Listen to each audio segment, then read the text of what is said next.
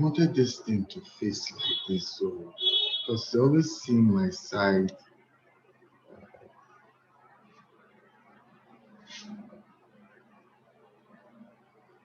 Okay. Good evening, ladies and gentlemen. Welcome to the marketplace with Uche Onochie this evening, this Monday evening. You are welcome, guys. I welcome each and every one of you. Today we have something very interesting to talk about. Like, I promised you earlier that when we get to the leadership series, we're going to have very interesting, we're going to have very interesting topics. And I feel that, yeah, we've reached that, and we are going to have interesting time for the next couple of weeks that I will be dealing with the leadership series. So I have a lot of work to do this evening, so I'll just proceed straight to what I'm here to do tonight, and that is basically how do you find your voice as a leader? How do you find your voice as a leader? Without a voice, you can't be a leader. So let's just go in. A lot I need to do today, so I will not waste too much time today. I'll just go straight into it. The topic for today is how to find your voice as a leader. How to find your voice as a leader. Okay, I will start with a quote from Stephen Covey. It says, "Find your voice and inspire others to find theirs." When you find your voice, you will then inspire others to find their voice. Learning to be an learning to be an effective learning to be an effective impression leader is a lifelong goal for most of us. For most people, it's because it's something you have to keep training yourself to do for a lifetime. That's why I read all the time from different sources as much as possible, because you need to continue to evolve as a leader. You need to continue to learn new things that will help you to be a leader. Another quote is from a guy called Paul Larson. Paul Larson says, "Speak with intent so that you can lead with vision." He says, "Speak with intent so that you can lead with vision." So now we ask, what does it really mean to find your voice? What does it mean to find your voice? Okay, let's find out what it means to find your voice. You see, the resultant effect of policies, corporate policies and traditional structures in most organizations, what they do, because the way organizations are structured, what it does is that it causes the voices of and the creative abilities of most leaders to be stifled to the point that they don't even have a voice. Because in companies, before now, that companies are having very how will I say, the hierarchy they used to have before have been broken down. Most of those hierarchies are not there. They are direct reporting lines that get the job done and very fast. So in that way, it becomes easier. In that way, it becomes easier for jobs to pass through.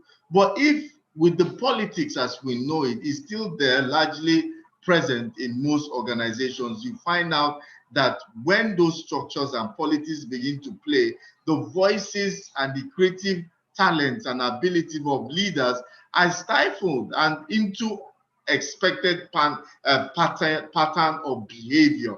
What do I mean by expected pattern of behavior?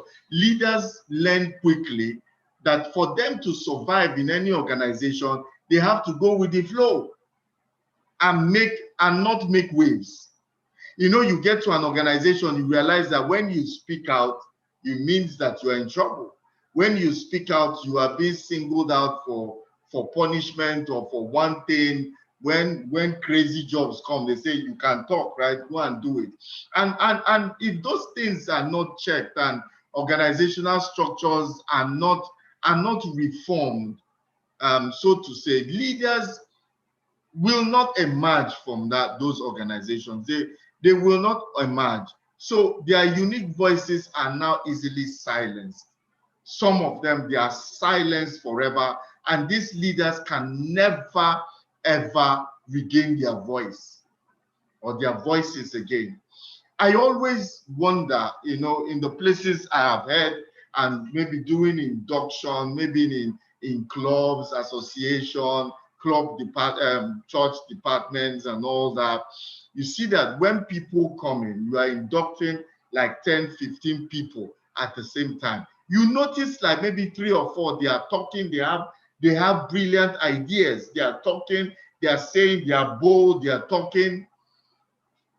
1 year down the line, when they come to meetings, they're just like this. 1 year down the line, 6 months down the line, it can even be 2 months down the line.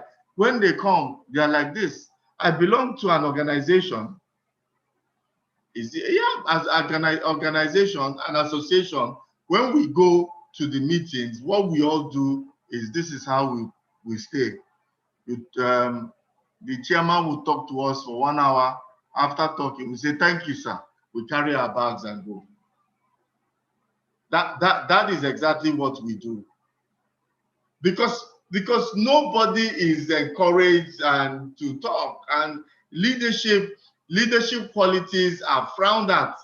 So why, if you have other benefits of belonging to that organization or that, then you probably say, well, let me sit it out until maybe we have a leader that will listen to people. So many leaders get lost in the noise of today's chaotic business environment. So if you're a leader, you're a CEO, you're a manager, you're a general manager in any organization, I will beg of you, please make sure that the voices of leaders that are under you, upcoming leaders, they are not silenced forever, you know, because when they stay in such an organization, they remain quiet instead of speaking out. Even when they have an opinion, they say, what can I do? They just say, well, let me just stay here and be collecting my salary until I get something better to do, because nobody is allowed to talk. They follow someone else's decision instead of doing what they really want to do. You realize that even it's not good for the organization to have people that cannot speak. Also, it's not even good for the people that are not speaking, because either way, the organization is losing, you are also losing as a person, and you find out that you are no longer doing what you really want to do.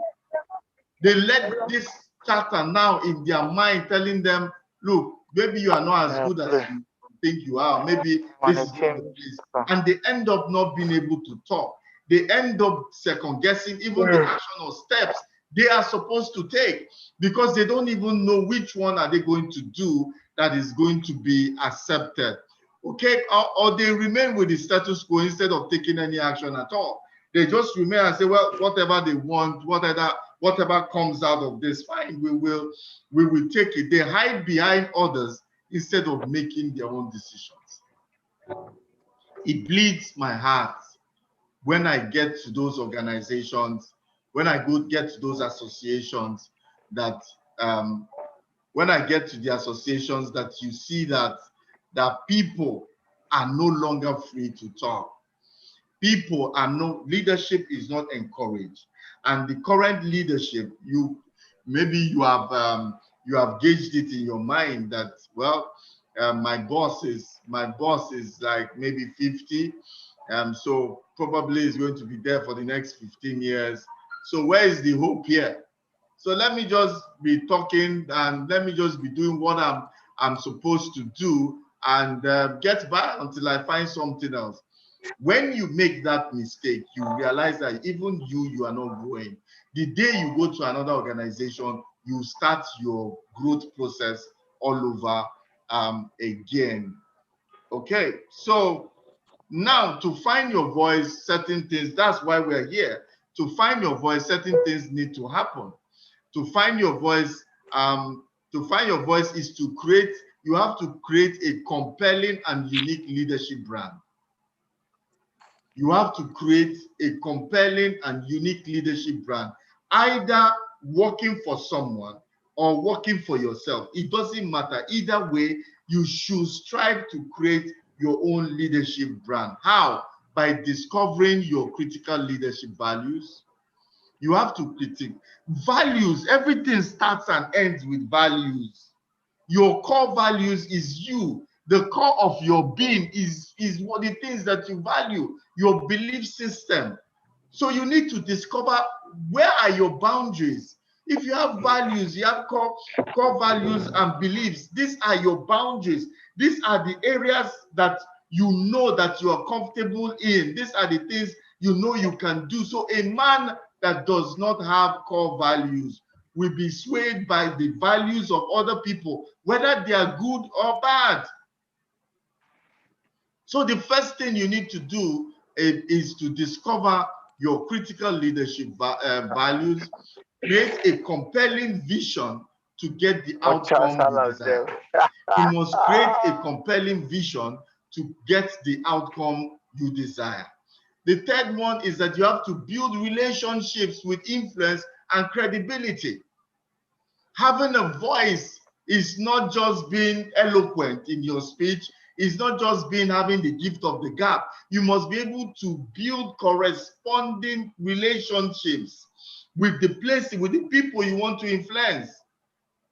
Also, you need to make decisions that reveal your courage to take a stand. You have to make decisions that reveal your courage. Everybody wants to follow a courageous leader. And the fifth one is communicating your overall expression to create a lasting legacy. These are the 5 points, and I'm going to break it down one after the other for us. But these are the 5 points that can make you develop your voice. A study shows that 70 to 80% of people can be trained to be effective leaders. You know that leaders are born, leaders are made. But leaders are born, but the ones that are born are too few for the whole world to rely on them. Good leaders come once in a while. There are some certain kind of leaders that come once in a millennium. So you cannot wait for a leader to come before we can get things done right.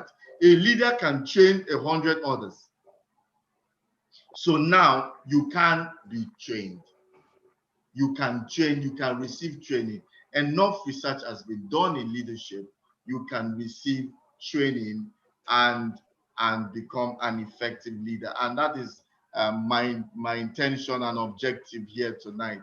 So let's go to the number one, and for me is the founding is the guideline, the founding blocks of starting anything in leadership. You must define your beliefs and your values. They are the building blocks of any leader. Building blocks of leadership is defining your beliefs, and values. If you don't do that, then you have not started as a leader. So I'm going to take time and talk about values for a while. So how do you define leadership values? Not any kind of values, leadership values. Your values are your core beliefs and ideals. Your values are what? They are your core beliefs that cannot be changed, come rain, come shine. There are some certain things. Every man should have a boundary. Every man should get to a point that he say, This is a deal breaker. I cannot do this. I cannot walk in such a way that it affects my faith. What will it profit me to gain the whole world, but to lose my soul? That is a core belief. Understanding what your beliefs are, the things that make you happy. Money does not make people happy. If not, the rich people will not be flying out of a skyscraper and committing suicide. Your values are your core beliefs and ideals that guide your decision. Your decisions should not be made on what is happening in the society, what CNN said, what this news channel said. It is based on your core values. The jobs you are looking for, the person you marry, the friends you have are based on your core values.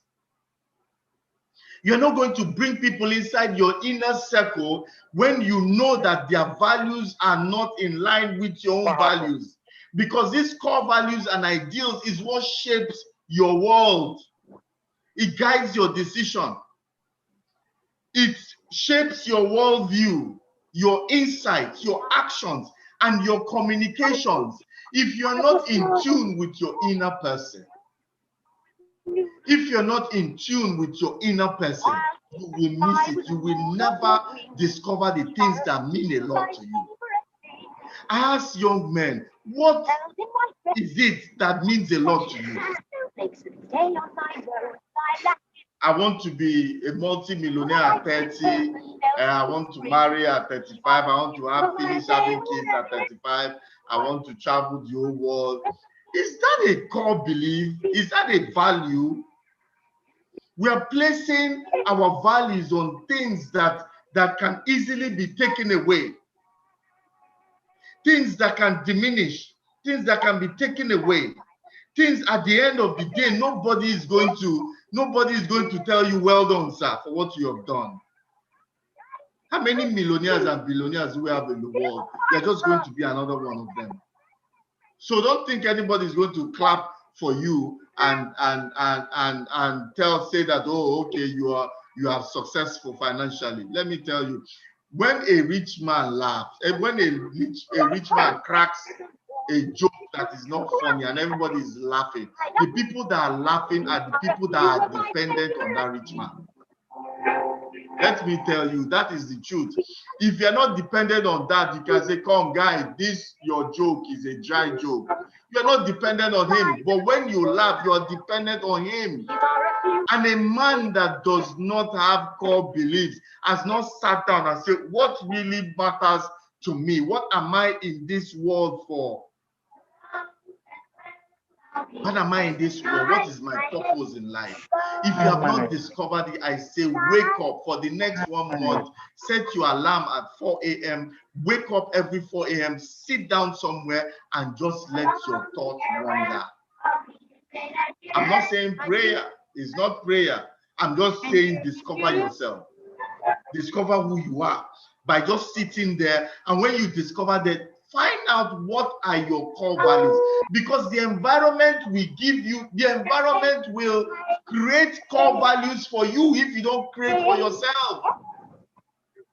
The environment will create core values for you. Your values are the principles you believe are important in the way you live and work. So there must be clearly, come, I'm working in this company, but working in this company, is it encroaching on my belief system, my faith? For instance, let me use my faith.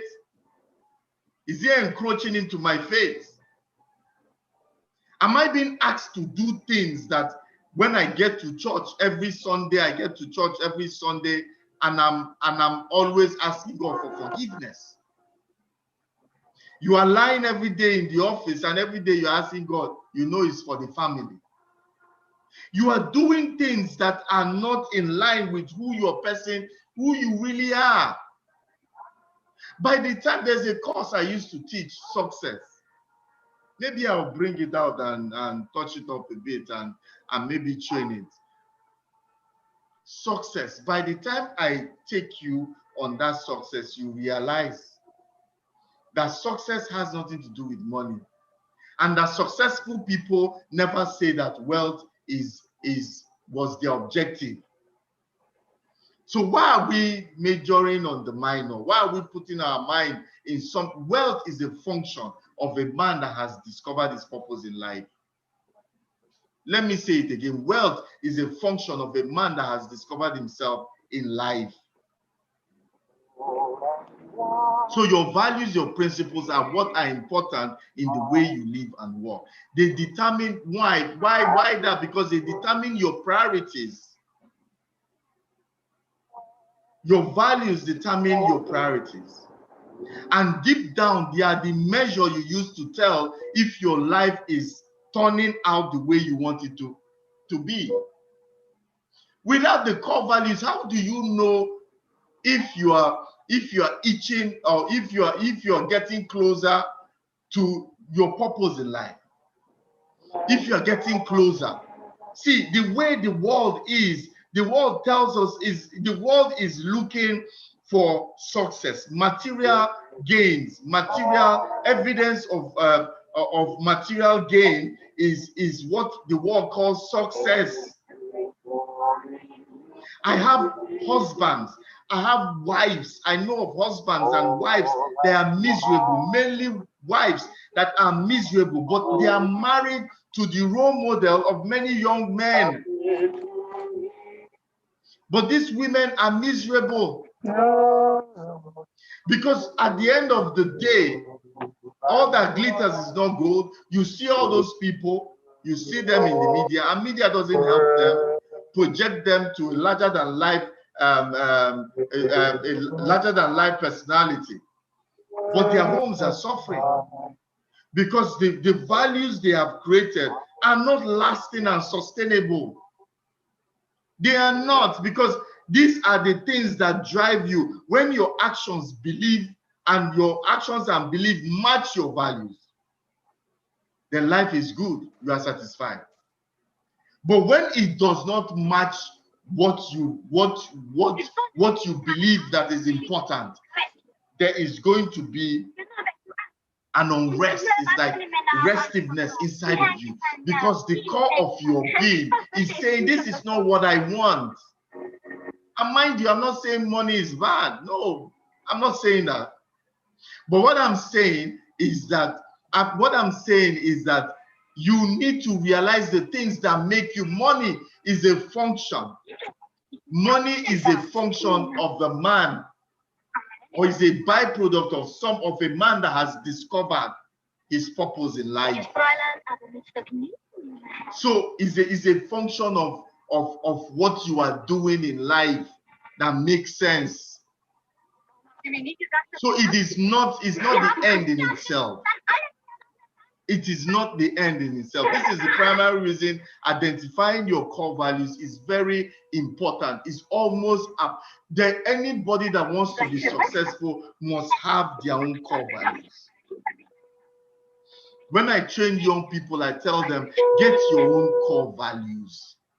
When you go to a company, you will see their core value. Or you look at the profile of a company, you see three things: vision statement, mission statement, core values, the things they hold dear. Some companies is excellent customer care. So when you come into that company, everybody is nice to you. When you go to a bank, some banks, not all banks, oh, good morning, sir. Good morning, sir. Do this. They don't like you. It's not as if they like you. It's Adam Smith's law of invisible hand that is working. They don't like you, but the company policy, the company culture is that we have to be courteous and look kind and nice to each other. That is our core value. And that core value, every morning, Monday meeting, every meeting, they will read their core values. I belong to organizations. Before we start, we read our core values. This is why we gather. This is what we believe. And if for any reason you don't believe in this core value, then you shouldn't be here. And you know one thing, values exist. Whether you recognize them or not, whether you write them down or not, values exist. And if you don't write down those values, the environment will write values for you. How? When you're working in a place and you know that nobody there relies on salary. You know, I had a guy that went to get a job, say he didn't have a job. He went to get a job. He saw the kind of cars that people that work there, they have. Then he started working there. This guy was a sound Christian. He started working there. He told me that he said 50,000 naira was his salary. And that when commission comes, when commission comes, the salary can increase. So he said, okay, fine. Then he was one, when he started working, he started seeing that 50,000 naira, how can you buy a car of 10 million naira, 12 million naira, 15 million naira, or for 50,000? And what is the commission? What are you people selling that you're going to get commission to be buying that kind of cars? But when he started working there, he realized there was organized corruption. What organized? Yeah. What word should I use now? There's a systematic way of defrauding people and the organization from the MD down. So now he had to join them because that's what they do. So for 1 year he joined them, he made some money, but every day he gets home, his wife will be looking at him. He gives the wife money, the wife is not happy. She just says thank you. Unlike before, he gives the wife the money, the wife is dancing. But when the wife realized what is happening, she was not happy. And one day she told him that I'm collecting this money so the kids will not starve. So now there's a conflict at home. Now there's a conflict within him. All this kickback and kick front and this and that. It was not, but he said that he cannot be the only person different in this place. It took him like 3 years to get the job, and there are no jobs around. But this job, this thing now is affecting the core of who you are. And guess what? If he had stayed there 2 more years, he would have become like them. Because tell me who you hang out with, and I'll tell you who you are. The birds of a feather, they flock together. So you must be you must be cautious of the fact that if you hang out with some certain people, you become like them. That's why I'm saying core value, that becomes your core value of, well, when things are not going well, we see how we can augment things. That is a core value that the environment can give to you. And they will tell you, we all young men, we have to get back. But is not in line with what you believe. It's not. Your leadership impact is as much, will be much more confident and stronger when you know and acknowledge your values. And when you make plans and decisions that honor your values. See, you are at rest, you are at peace. I taught something called how to say no. I think, how to say no. You should be able to say no to some people. You know, some people don't know how to say no. You should be able to say no. Hey, I can do this, I can do this, I can do this for you. But you should be able to say, no, sorry, sir. Sorry, man, I can't do this. I can't get to this extent. Whether the person is your boss, your pastor, or whoever the person is, you must be able to say, sir, I can't cross this line. But if you don't have an already existing values, you will cross any line. And if you're not careful, those lines, those new territories that you have come into become your reality. So you need to be very careful. What happens when our values are now in conflict? Because if I'm talking about values, I have to talk when they conflict. Because they talk about values will not be complete if I don't talk about conflict. All of us have to face conflict. Even as business people, you have to face conflict at some point. So now, when your actions and belief match your values, when your actions and your belief match your values, what happens is that life is good. You are satisfied and you are content. Even if you are not a millionaire, multi-millionaire, you are content because you get up every day, you are doing what you are supposed to do without crossing that boundary, without going against what you believe as core values. You will be a happy person. However, when the environment and the accompanying actions and beliefs don't align with your values, do you know what happens? Life feels out of sorts, and it can be a real source of discontent and unhappiness. You see people are on the edge. They will quarrel with their spouses, beat their kids, quarrel on the street. You see some people on the street, they are looking for transport vehicle or whatever, bus, and you see the way that they are always angry. They are angry because they've allowed the environment to determine their own core values. And because of, in the midst of plenty, of lack or scarcity of jobs and what to do, instead of them to find and look for some form of mentorship or what to do that can help them pass that, they are ready to go for any job. They're ready to go for any job. Even me, that I'm speaking to you, I've been a victim of that. But at some point, I have to make up my mind, is this what I want?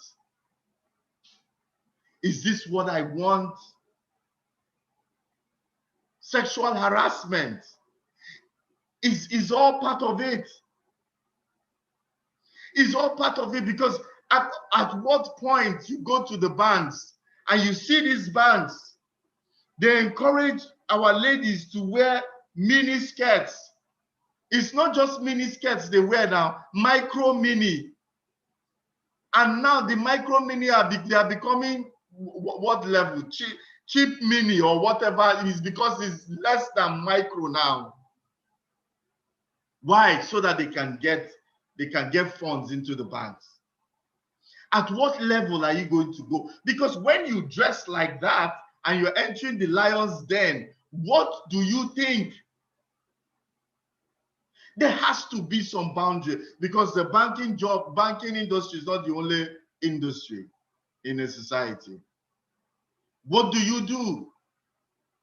What do you do? The environment will give you values, and you're taking those values. You don't know, because you see, the value system is the core of your being. And when you go against it, you are going against yourself. So without knowing, you are unhappy because you are doing things. And if you don't establish these values, you won't even know what is making you unhappy. You won't even know what is making you a bitter person. So you need to define one.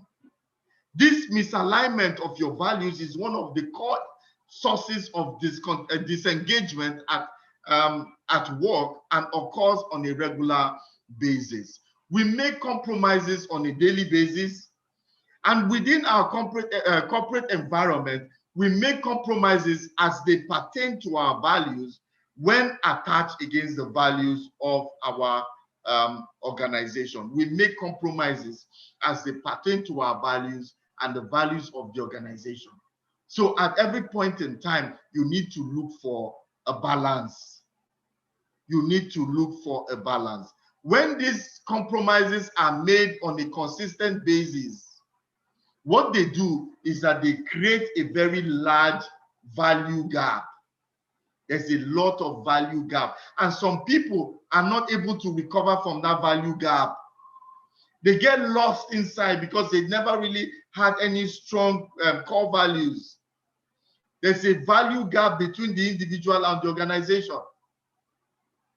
You must work in an organization that to an extent suits your value system. If not, you cannot be productive in that organization, because you'll be you'll be bitter. You leave that place be a bitter person.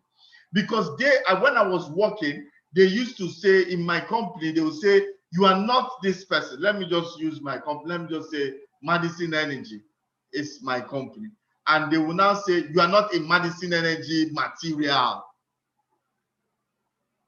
That was some of the things I had issues where I was working. You are not a Madison Energy.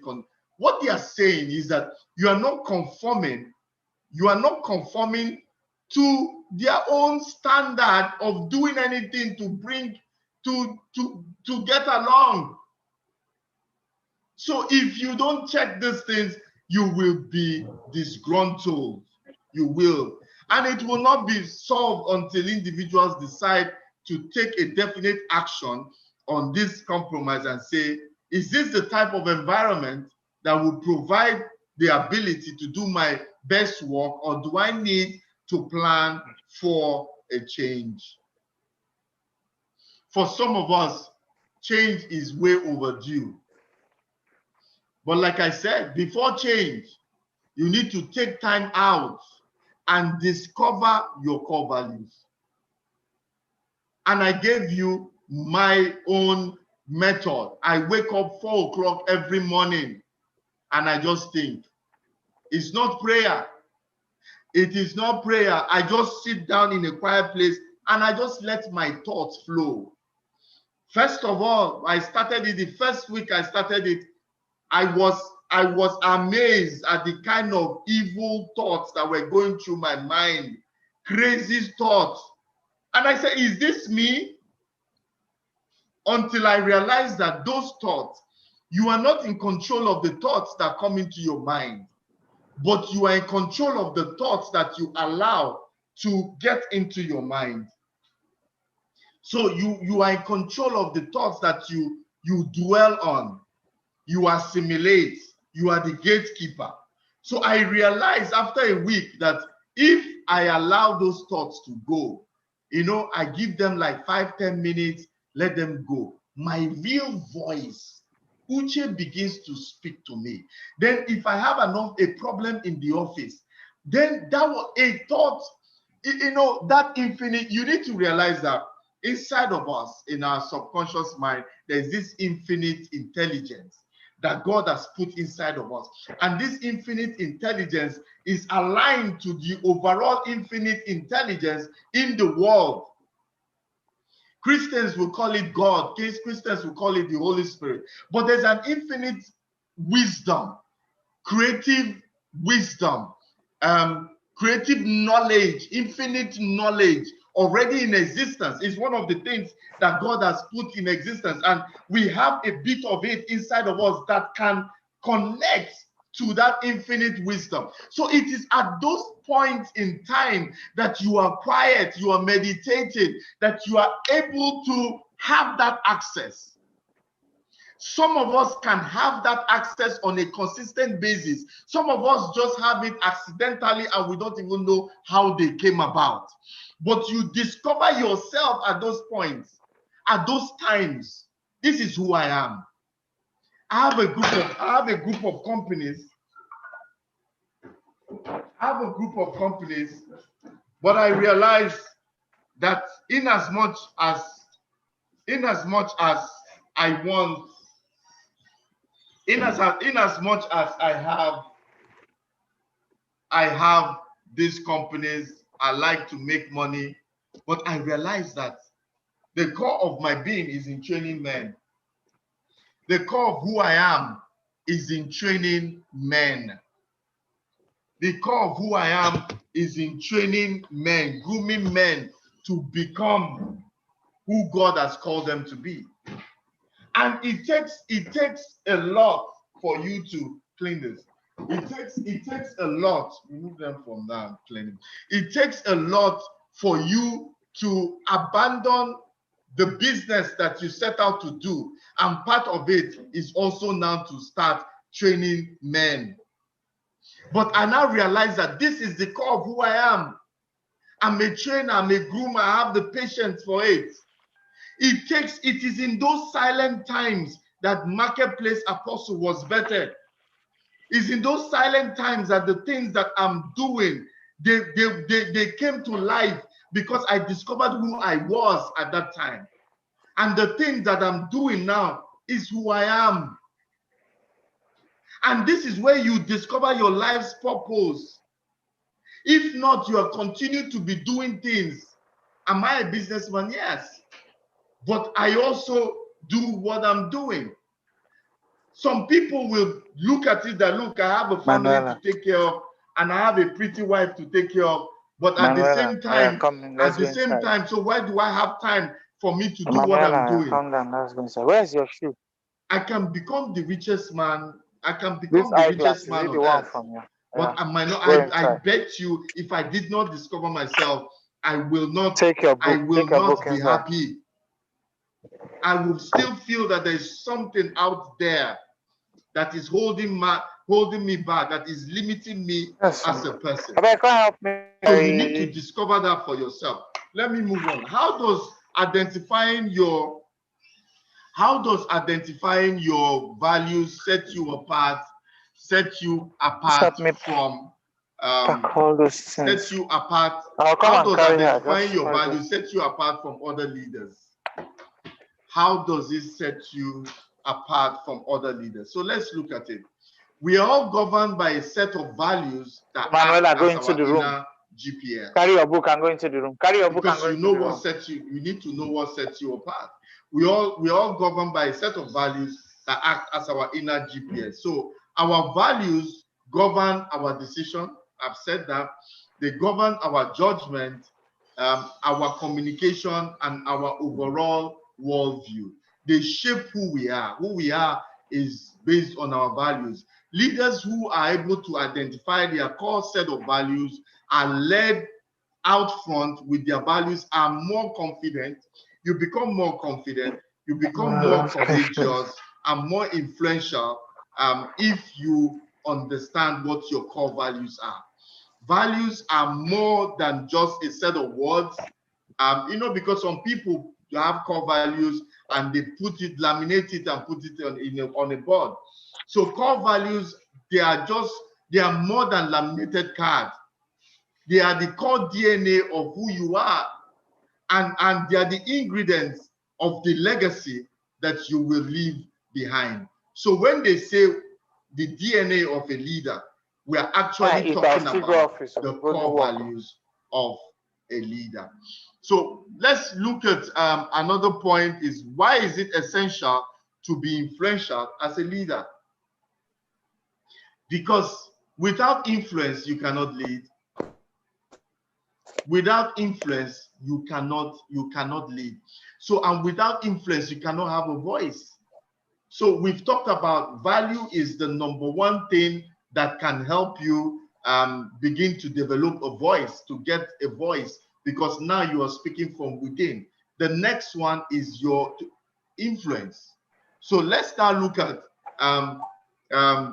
how influence can help, is essential to any leader. Leadership is a blending of an art and science. It's both a blend of an art and science. And I've seen over the years, we understand the science part of leadership, but the art part of leadership is where people do not understand how it goes. So many leaders are capable when it comes to the science of leadership. So what is the science of leadership? The science of leadership is the technical components of how to lead, how to communicate, what is the right way to manage team members. All those things we learn in leadership courses, how to communicate, how to do all those things. Those are the technical aspects of that is the science of leadership. But it has not touched the arts. So where most leaders need coaching is around the act of leadership, how to finesse their science and let it become interwoven in the act form. That's the finesse their science into an act form. So, and that is where people need help. That's where leaders need help. And that is where the role of influence comes. the role of influence is what is going to help you with the art of science. Any capable leader can direct their team to do a certain task. All you need is to have a position. And when you have a position, what happens is that you can use that position and tell people, do this, do this, do that, and they will do it. Of course, they will do it, but it doesn't make you will say it. It doesn't mean they will do it. And even if they do it, it doesn't mean that they will do it effectively. Being able to apportion or assign tasks and responsibilities is just the science of leadership, but not the arts. But it takes now, in the arts, it takes a skilled leader to become like an artist to be able to influence the organization to follow their vision. John Maxwell says what? Leadership is influence. And that is where the art of leadership comes in. It is influence. How are you able to gather everybody? I can communicate and sit down as a general that is marshalling his troops to war. I can say a wonderful speech and I go back to my office and these people don't see me again in the next 1 month. But it doesn't, that is just the science of leadership. It doesn't mean they will do it the way you want them. The art is now, how do you relate with those people? The art of leadership is the ability to establish trust, credible, influential relationship, building relationships with your, having influential relationships with your people, with management, with colleagues, with peers. This is when it becomes one-on-one. People skills is one of the major things that you need to use to build influence. So as a leader, you must work on your people skills, because that is the only way you can gather people around you. That's the only way you can speak. I said it a few weeks ago, in the places I have worked and I have served, and the people come to me, even in church, and they tell me, see, look, I am doing this because of you, not because you told me to do this. I've served in many places and they tell me that we are doing it for you, sir. It's because of you, because you're a good man, not because the institution says we should do that. Even the one that you are paying salary, even if you're paying somebody salary, it does not mean that the person will work with their whole heart. It depends on now the relationship you build with that person. And that is the act of leadership. That is the act part. We are all very conversant with the science of leadership, but the art now is when we get our hands dirty.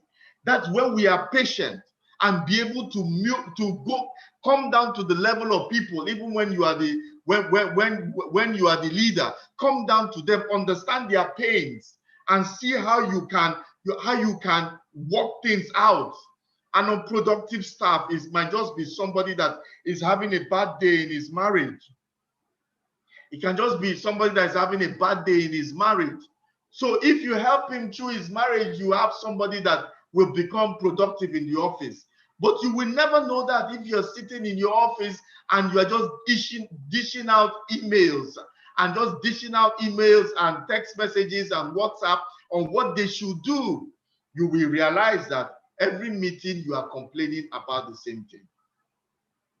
Building a brand of leadership based on capability of influence, how a capability to influence your community sets you apart as a leader. Brian Tracy says winners make a habit of manufacturing their own positive expectation in advance of the event. Manufacture your own positive expectations in the mind of the people. Okay, so now, how do you build influence? I've talked about influence. How do you build influence? If I talk about influence, I don't tell you how to build influence, then it's not complete. So let's talk about how to build influence. Once you have identified your core values, where everything starts from, and you have created your own outcome as a leader, how do you now influence and align yourself and your team to maximize your opportunities and garner the needed result? That is what we're talking about here. And it's by recognizing and developing your sphere of influence. You need to recognize and develop your sphere of influence, knowing what you can do and what you cannot do, knowing what you can influence and what you cannot influence. For me, if I'm serving in any place, first of all, I look at what I can influence. I look at what I cannot influence. If I have a boss, if I have somebody, I have a boss in places that I'm affiliated to, and there's a boss or there's somebody that is top there, I first of all find out the position that I have. What are my boundaries? What can I influence here? What am I not able to influence? Once I realize what I'm not able to influence, then I realize that who can I influence to help me influence that thing? Then I start building a relationship with that person, so that when I get to that hurdle, I'm able to cross it. And so that my work is not slowed down in any way. That's what I do. And that's what I mean by developing influence. Knowing what you need to do is key to be successful in finding your own voice. I know that the things that you have given to me, I am excellent in my delivery. But I know that I might be excellent in my delivery, but I don't know how to get, there must get a point that I need someone higher, somebody in another department, somebody somewhere that I need to team up with that can help me bring out the finished work. Because some people, you are good at what you do, but you are not good at relating with people so that the finished work can come out and you are recognized for that which you have done. And if you don't know how to do this, people can steal your glory. People can take in a corporate, in an organization that is large, people can take the work that you have done for their own, as their own, because you don't know how to get what you want. Influence is not created overnight, but it must be intentional. And it is not bestowed by any organizational chart. Like I said, this is what I do. I find out the things that I can influence, find out the things that I cannot influence. But there are some gray areas that management or the one person at the top does not know. So what I do is that sometimes I don't wait for somebody to tell me that this is, when I see that there's a gap and nobody has filled it yet, I will write something and take it to my boss and say, sir, this thing, if this thing is not done properly, there's a small gap here that can be affecting the work. Is this something that I can fill? Some you can fill on your own without having to take permission. Some you take a permission, then he now gives you the authority. Then you realize that additional authority, additional influence has been laid on you. And there you can now use it, and you can now use it to achieve what you want. You will not get influence. It's not bestowed upon you, even if you have title in the organization. It's not. Influence revolves over time by the actions, the decisions, the communication of the leader. Whatever you do, your body language, or the way you do your things, everything that you do must be communicating. And that thing that you must be communicating must be are the things that will help you build influence or not build influence. So because these are the things that will affect your actions. Okay, so modeling your behavior based on your values and your beliefs, what it means is walking the talk. People say put your money where your mouth is. Walk the talk. That's what it means. Model your behavior to suit those things that you're saying is one of the first checkpoints people will assess as they determine if a leader has earned credibility and their trust, which are the two hallmarks of influential leadership. What does it mean to be courageous as a leader? Because if you are not courageous as a leader, it'll be difficult for you to push reforms. it'll be difficult for you to have a voice. For you to have a voice that is now recognizable, you must have gone through stages that people, you must have gone through stages that people will not listen to you, people will not believe you, people will be against you. But there's something about consistency, about what you are saying, will make people begin to listen to you. But you must be courageous. You know, when I talk about core values, you must be courageous to take a stand. Core values is taking a stand against the multitude of people that are not willing to take a stand. You come to a company or an organization, a group, and you say, look, I take a stand for this. You know, the day you take a stand, you have enemies. Immediately, you have enemies. But so it takes a courageous leader to develop a voice. And when you are saying, they will try to shout you down, they will try to keep you down, they will try to do, but once you continue to say that thing that you are saying over. I know many people. I saw someone I haven't seen in 10 years. And when I saw him, this was somebody that used to tell me the marketplace ministry cannot work in Africa. For 5 years, he was telling me it's not going to work, that the time for it hasn't come yet.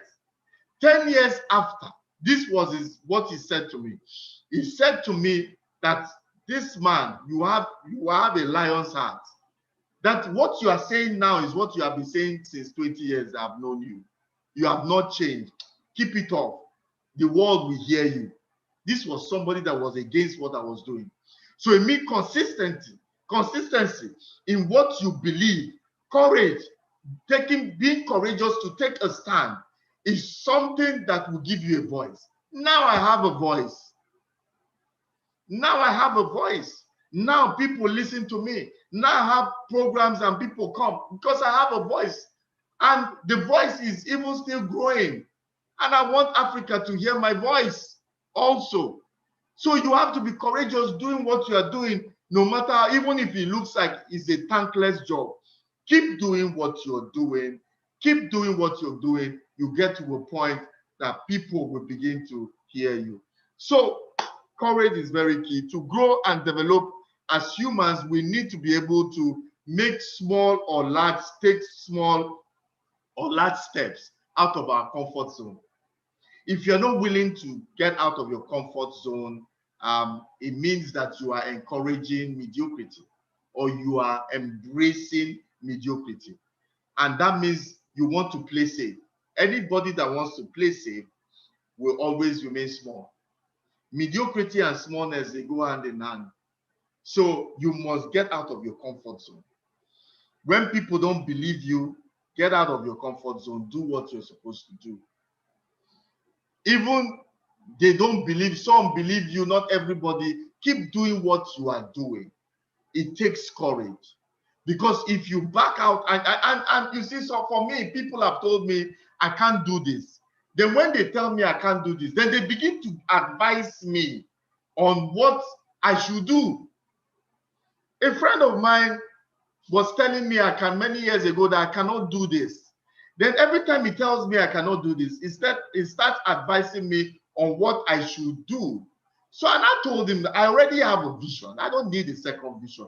You know what? Since this thing is important to you, that vision you're telling, why don't you run it? He said, no, he doesn't have time. He doesn't have time to run that. He can't leave his business. Then you are telling me to run your own vision. Because it's your vision.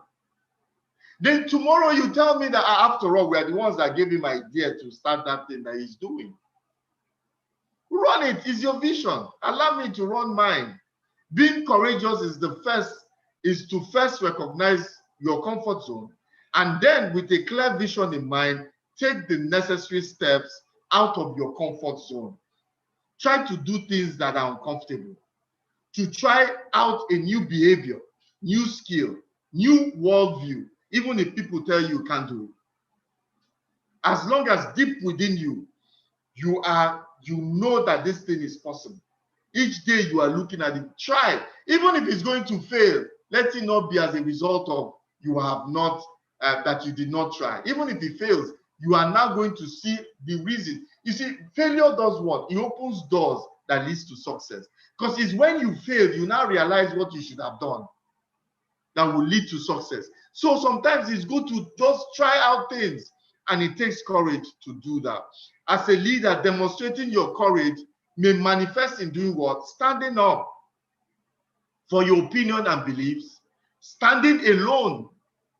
Courage means that you stand alone when your decisions or insights are very unpopular, or going against the norm, going against the conventional wisdom. Standing aside to let others have their own opinion is also a matter of courage.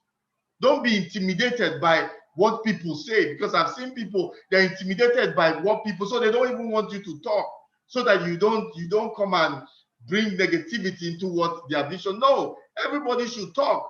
Courage, let everybody talk. It doesn't change your opinion. Recognition and credit, and standing together. That is collaborating for the common good of the team. You must be able to stand alone even when your decisions are unpopular, and know that you keep knocking until you get what you want. Maya Angelou says there is no greater agony than bearing an untold story inside of you. Did you hear that? There is no greater agony than bearing an untold story inside of you. You have an untold story inside of you.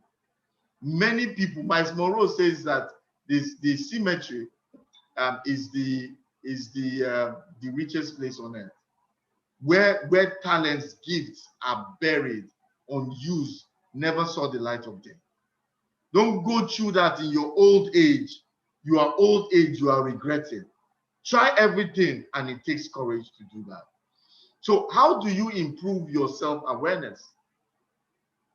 You need to be able to improve your self-awareness because it helps you to have a voice. So the first step is to benchmark your perception of your leadership impact against the perception people have of you as a leader. You must constantly get feedback, what you are doing. Don't think that you are just there. You must get a feedback from people you are leading, people that are following you. You can't think that you know something. You know, I talked to one pastor one time, and the pastor, and I saw, he said they were having prayer, a prayer conference or something, a few days to pray. And I saw, and I asked him, what are you going to pray? He said, oh, this is what we're going to pray, what we're going to pray, what are we going to pray. I said, but these prayers are for you. They are not for the people. The people are not coming here to pray your prayers. They're not coming here to pray the prayer of the church. Get the church workers to pray for the church. That is what they signed up for. The people are coming here to pray for themselves, for their problems. Do you know their problems? He said, no, as the pastor, I should be able to find out what the way they live. I said, okay, no problem. This thing that you're saying, I said, what is what is the size of your church? He said about 1,000. When he called the meeting, I told him how many people came. He said there were only 50 people. That even all his workers didn't turn up. I said, because you're not praying what they want. Somebody needs fruit of the womb. You said we should come and pray. You know, it's not that the other prayers are not good, but there's a place for it. Somebody has not been able to, his home is in disarray. You say, come, let's come and pray for Nigeria. Or let's come and pray for this. Let's come and pray for that. Not that those praying for Nigeria, those things are bad. They are not. There's a place for it, but there's also, after we have prayed for Nigeria, we also pray for ourselves. What is your brand perception? And how does it stack up against the community that matters the most to your leadership? This can be done a number of ways and with a variety of tools and activities. The key is for the leader to measure the awareness of his leadership style and impact with the awareness of the people that they are serving. You must always be in touch with your people. You must always get feedback from them, if not directly, but from people around you. Ask questions. What is happening? What is the heartbeat of the people? What are they feeling? you must know that if not, you're not able to lead. The best and most effective leaders know how to adjust their lives, their style to fit the diverse individuals, the different type of teams they work for. So there's no one size fits all in leadership. Wherever you are, you must be able to change adjust yourself, your style, your lifestyle to suit the people. You are there for the people. You are not there for yourself. Whether as you're a CEO, you're a pastor, you are the imam of a church, you are president of a nation, a governor, you are there for the people. And you must be able to fit yourself in such a way that will suit them. To be successful in influencing your outcome is to really believe in your values. We come back to values. If you don't believe in your values, how do you expect us to believe in what you're saying? A man that believes in his values, when you wake him up at 2 a.m. in the morning, he can start telling you those things because those things have become second nature to him. They have become second nature to him. But if those things are not deeply ingrained inside of him, we will hear it from your mouth. From the abundance of the mouth, the heart speaks. It will drop out that even this vision that you're carrying, there's a problem. So how can you expect to influence people if you're not clear on the values that influence you as a person? So you must start that from there. Knowing who you are as a leader, you must know who you are as a leader, your strength, your weaknesses, your ethics, your judgment, your preferences, your reactions, your insight. They provide you the mirror and reflection so that you can establish trust. These are the things that you need to do to establish trust and credibility and influence within all your relationships and not remain invisible. Paul Larson says again, influence is having people follow you because of what you represent. So what do you represent? What do you represent as a person? These are all the things that gather together to make you have a voice. So lastly is build your unique leadership brand. You now as a brand, you have to, because one of the arms of the foundation we have here is Uche Onochie brand.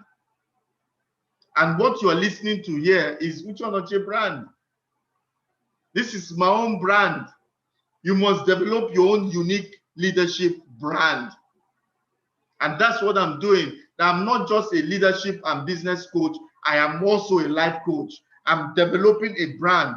So let me just give you a tips of how to develop a brand before I let you go this evening. Your brand of leadership is what sets you apart from other leaders. It is your unique essence of who you are as a leader. It is your leadership style, philosophy, legacy, impact, and your presence. It is what people will remember you as a leader, how you made them feel, how you made them think, your results, your influence, your overall impressions and expressions of how you interact with your community makes a difference. So as a leader, you must, the way you talk, the way you relate with people. See, for me, even when people offend me, even when people, offend me, people will not realize that normally I get very angry. I had to train myself not to be. I had anger issue. I had to train myself. And one of the things that helped me train myself to curtail myself is the vision. It's just like a woman, after being pregnant, you go through that 9 months, have a child, then you don't take care of the child. Most women won't do that. They remember the pain. So when I remember the pain of what it has taken me these 20 years to build this vision, even if somebody insults me, for the sake of the vision, for the sake of where I'm going, for the sake of the unity of the vision, I will overlook it. There's a time for everything. There's a time to build. The time to build is not the time to fight. And I have it at the back. The way I relate with you is I relate with you based on the weight of the vision that I'm carrying. I relate with you because everybody is needed for the vision. So you carry people along because you have that. But there are some certain leaders that will carry, they carry only people that listen to them. Only people that they feel that these ones are my own people. And they're not carrying everybody along. And I even see it in many places, many organizations. This one is the leaders' people. They cannot carry everybody along, even those that don't like them. For me as a leader, I even like to work with people. I like to work with people that don't like me because I use them more. I don't care if you like me or not. We are here for a common reason. He says, I worked somewhere in a place I belong, and there was a lady I knew that didn't really like me much. So, but we were in a committee together. She was my assistant. So I started gathering people, my people, talking to them, she wasn't doing much because the event came. First of all, there was a controversy about the event. I said, well, that controversy is not mine. I will do the work I've been assigned to. She didn't. It was during the event itself, she started being active. And she made a comment after. She said, you in your quiet way, see how you are organizing. This is a success, so congratulations. Somehow you were just gathering and moving and doing what you need to do. It was a compliment, but it was also a legacy. That you don't let what people think about you deter you from doing the work that is assigned to you. And that work has been is a determining factor to the positions I later had in that place. Because I was able to do a job every other person didn't want to handle. And they brought her in so that they would frustrate me. So you cannot hold people. And you see that as endeared certain people. Even her has become my friend because of that. So now, are you a brand that people can trust? Or you are a brand that people will run from and want to do nothing with? So I'm sure if they put her in my team again, she will say, no, I want to work with this man because I see he can do it. That's how to leave legacies. That's how to leave a brand. So be cautious of your brand everywhere you go. It might be painful, but be cautious of the brand. And eventually the brand will start speaking. And once the brand starts speaking, do you know that when a brand is speaking and you misbehave, the brand will cover you? How? People say, I don't mind that maybe today is a bad day at the office. Is usually a good man. They do, let's just forget. People will come to your rescue when you do something wrong. But when you continue to do that thing, that continue in that wrong, after a while, people begin to change their mindset towards you. Authoring and cultivating your leadership brand is a deliberate process. It's an intentional process, starting with the identification of what you want your brand to represent. Important, what you stand for, what you embody, your core values. Then through a series of purposeful activities and steps, your personalized brand is created over time via your insights, your decisions, your behaviors, and communication. I always tell leaders, your brand and your legacy as a leader is already being created by others. Whether you are mindful of it or not. You see, the thing with legacy is that legacy, people are creating a legacy for you, whether you want to contribute to it or not. And if you don't contribute to it or not, that your legacy will be a very bad one. But you have the right, because it's your legacy, to have the input into that legacy. So if you are not cautious of that, your legacy will be a very bad one. It will be extremely bad. So you need to be mindful of that.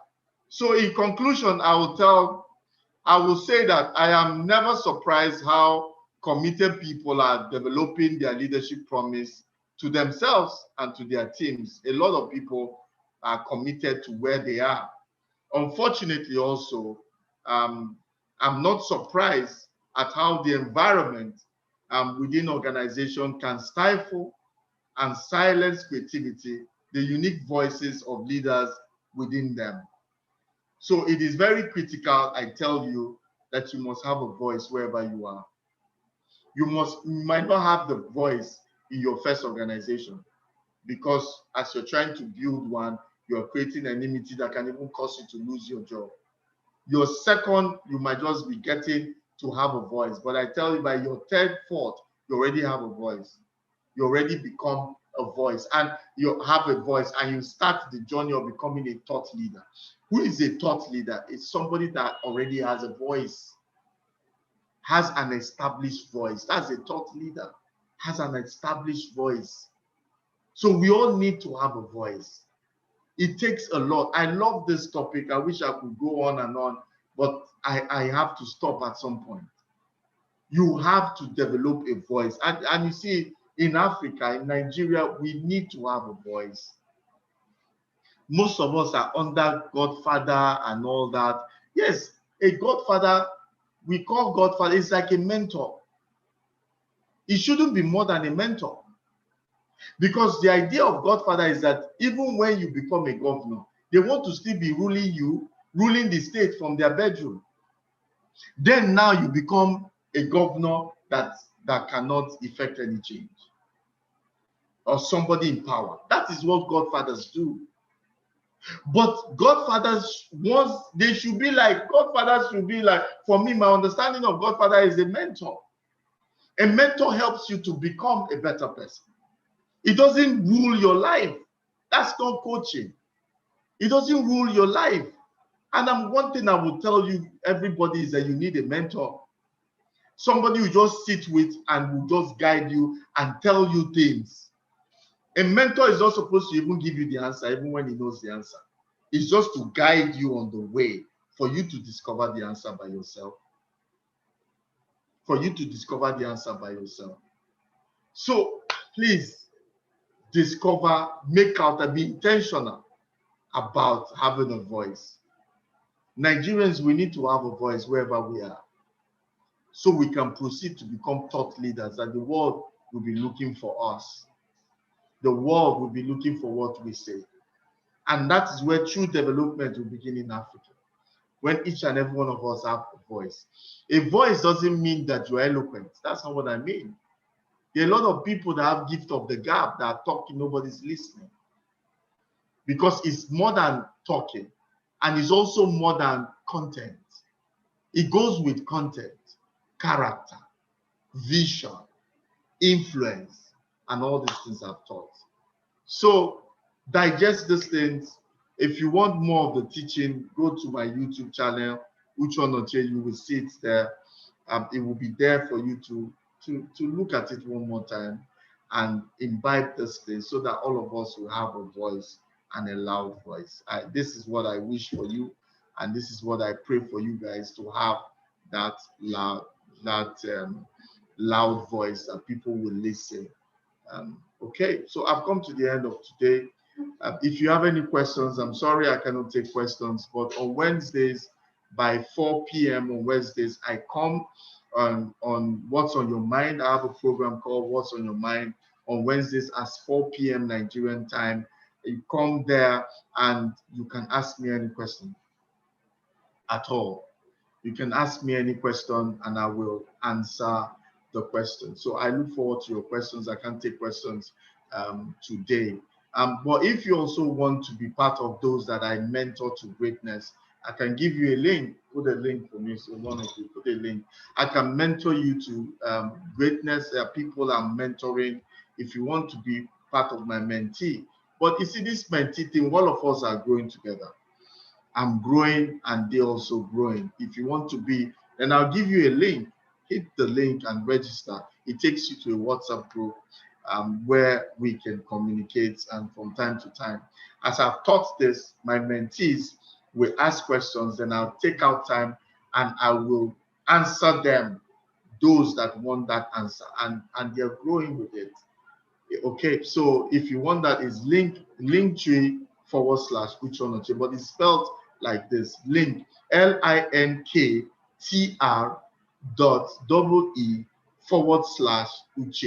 Onochie, one word. Linktree linktr.ee/Uche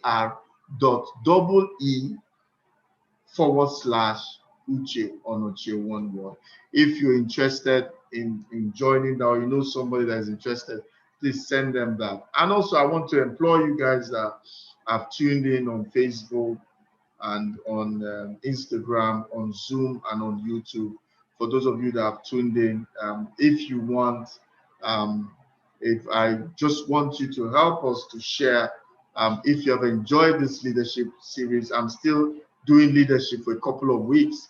If you have enjoyed it, just share it to somebody and let them be part of it next Monday. So on Monday, I'll be here by 5 p.m. On Wednesday, I'll be here by 4 p.m. I hope to see you, and please bring a friend as you come. All right. Thank you very much. Good night, and I wish you a good night's sleep.